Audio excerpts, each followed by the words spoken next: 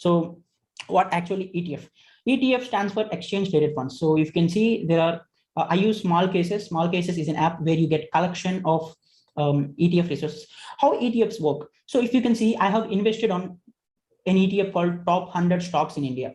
So what it means, ETFs are like a collection of stocks. So if I invest on something called Top 100 Stock ETF, then ultimately, if you invest 1,000 rupees on that, they invest that on stocks, they invest that on top 100 stocks. So in ETF, you invest on a particular, I can say particular fund, I can say it is easy to invest. So you need to link your, I can say, stock market broker to that ETF account. So if you have an, I can say, a brokerage account on Upstocks or Zerodha, you can directly link it to Small Cases. So I use this one called Small Cases. So in Small Cases, you will find different ETFs. So if I choose top 100 stocks, then ultimately, if I invest 1,000 rupees on that, it will automatically be added in your portfolio. And how they will work is, so there are some, I can say some ETFs like Junior Bs and Nifty Bs. They invest on top 50 stocks and they invest on top 51 to 100 stocks.